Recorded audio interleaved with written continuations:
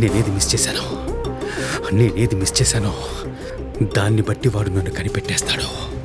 నేను దొరక్కపోయినా వాడు నా వాళ్ళని ఇబ్బంది పెట్టేస్తాడు. దానికంటే ముందు నేనే వాడిని కలుస్తాను. భయపడ్డావు కదా, నాకు తెలుసు నువ్వు భయపడతావని.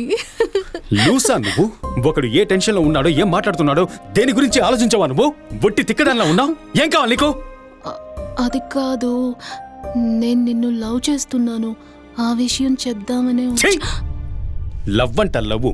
ఇలా చూడు, పొద్దున్నే లేచి కాఫీ తాగి బాత్రూమ్ వెళ్లి ప్యాంటు షర్ట్ వేసుకుని ఆఫీస్కి వెళ్లి అక్కడ పనుందో లేదో వాట్సాప్ లో మెసేజ్లు చూసుకుంటూ ఫేస్బుక్ లో అప్డేట్లు చూసుకుంటూ దేని గురించి ఆలోచించకుండా ఎవరి గురించి పట్టించుకోకుండా మన చుట్టూ ఏం జరుగుతున్నా నాకెందుకు లేని ఊరుకుంటూ కొంచెం కూడా సిగ్గు శరం లేకుండా లవ్ చేస్తున్న వాడిని ఇంప్రెస్ చేయడానికి సిటీ మొత్తం బీట్ కొడుతూ నీలా మెంటల్ గల్లా తిరగడం నా వల్ల కాదు. అర్థమైందా?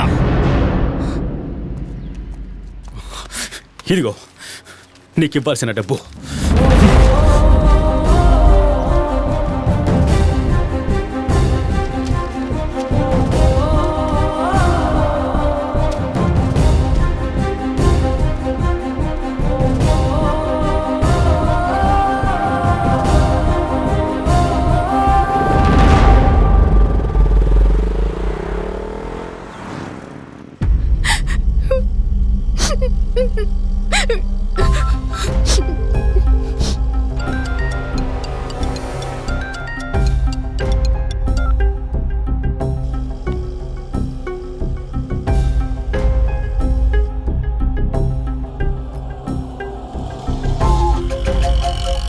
ఈ చోటు చూస్తుంటే భయమేస్తుంది. లేదు, భయపడకూడదు, కాన్ఫిడెంట్గా ఉండాలి.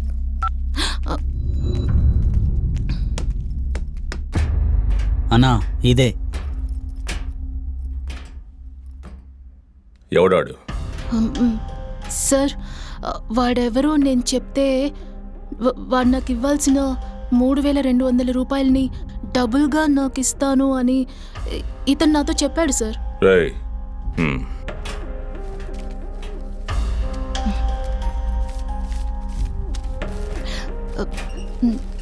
సార్, ఈరోజు ఉదయం జరిగిన బైక్ యాక్సిడెంట్లో అతను చచ్చిపోయాడు సార్. చచ్చిపోయాడా? వాడు నా చేతిలో చావాల్సిన వాడు. ఈ విషయం నేనే చెప్పుండొచ్చు కదా. అన్నా, ప్యాంటలూన్ కార్డ్ ఫోన్ నంబర్ దొరికింది, అడ్రస్ వెతుకుతున్నారు. వాడు నా చేతుల్లో చిత్రహింసలు అనుభవించకుండా చచ్చాడు. ఇటివో.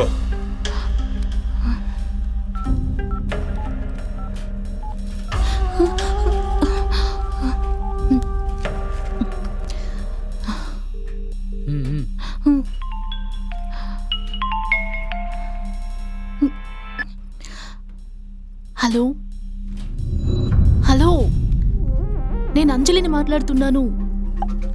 హలో, ఎవరు?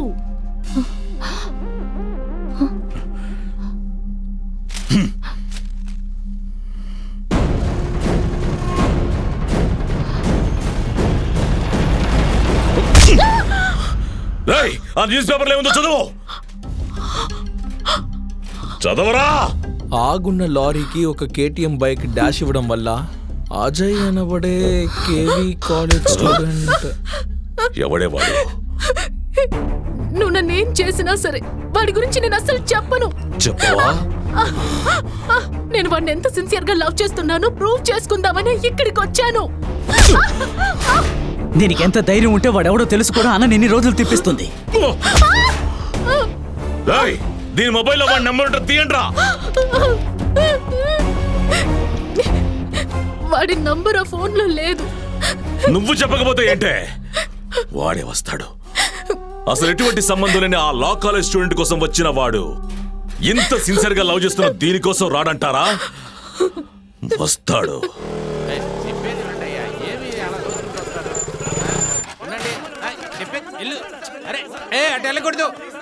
బాబు,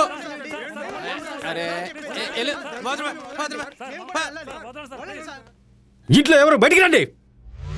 ఓంకార్ని కిడ్నాప్ చేసింది నేను. నన్నేం చేయగలరు మీరు? నేను మీ ఇంటికి వచ్చానని వాడికి ఫోన్ చేసి చెప్పు. వాడిని నేనే కిడ్నాప్ చేశానంటూ వచ్చిన వాళ్ళలో నువ్వు 100వ వాడివి. మాట విను పద. ఏయ్, వదలండి. ఇప్పటి వరకు చాలా మంది వచ్చి వెళ్లారు. ఏయ్, వాడిని కిడ్నాప్ చేసింది నేనే. చెప్పావు కదా, ఇక బయలుదేరు. ఏయ్ ఏయ్ నీ తమ్ముడిని నేను ఈ మాస్క్ వేసుకొని కిడ్నాప్ చేశాను. చూసావా, నువ్వు ఉండగానే మరొకడు వచ్చాడు. పదయ్యా. ఏయ్ బయటికి పద. ఏంట్రా ఆడతానులాగా చీర కట్టుకొని వచ్చావు? వెళ్ళి మార్చుకొని రారా, నువ్వు నేను తెలుసుకుందాం. ఏయ్, చాలు వెళ్ళరా. ఏంటి హైట్ తక్కువగా ఉన్నానని చూస్తున్నావా? సచిన్ టెండూల్కర్ ఎవరన్నాడు హైట్ వీడు? తక్కువే, ఏయ్, జాకీ చాన్ ఆగు, కూడా ఆగు. హైట్ తక్కువే, ఆమీర్ ఖాన్ కూడా హైట్ తక్కువే, నేను హైట్ తక్కువే. చేసిన పర్ఫార్మెన్స్ అంతా వేస్ట్ అయిపోయింది. ఓంకార్ గడికి జామీన్ ఇచ్చి తీసుకురావద్దని కాళ్ళ వేళ పడ్డాను. హ, ఇంకా ఎన్నెన్ని అనుభవించాలో. నా నంబర్ నుంచి చేస్తే నువ్వు రెస్పాండ్ అవ్వవని నాకు బాగా తెలుసు. అందుకే నేను వేరే నంబర్ నుంచి మెసేజ్ చేస్తున్నాను. నువ్వే ఆ మినిస్టర్ తమ్ముడిని కిడ్నాప్ చేశావని నాకు తెలిసిన తర్వాతే నేను నిన్ను లవ్ చేయడం మొదలు పెట్టాను. అప్పటి నుంచి ప్రతిరోజు నేను దేవుణ్ణి వేడుకుంటున్నాను, నీకు వాడి వల్ల ఎలాంటి ప్రాబ్లం రాకూడదని. ఏ ప్రాబ్లం అయినా సరే నాకు రావాలని రోజు ప్రార్థిస్తున్నాను. నువ్వు మిగతా వాళ్ళలా సెల్ఫిష్ అయి ఉంటే నేను నిన్ను లవ్ చేసేదాన్నే కాదు. నా లవ్ నిజమైనది, సిన్సియర్ అయినది. Please understand me. I really love you. నువ్వు చేసింది కరెక్టే, కానీ నువ్వు ఆ అమ్మాయిని తిట్టుండకూడదురా. నిజంగానే తను చాలా మంచి అమ్మాయి. నిన్న ఆ అమ్మాయి అంతగా ప్రేమిస్తుందంటే నువ్వెంతగానో పుణ్యం చేసుకొని ఉండాలి. నువ్వొకసారి తనకు ఫోన్ చేసి సారీ చెప్పరా.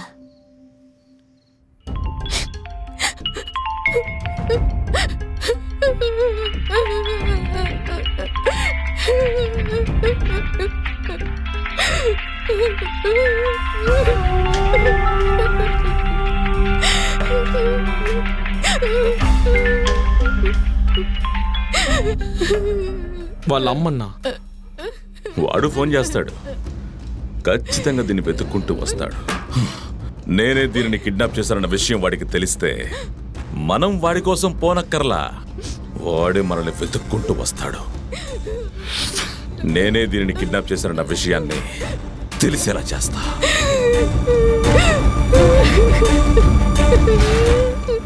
బాగా లేట్ నైట్ అయిందమ్మా, రేపు మాట్లాడతాను.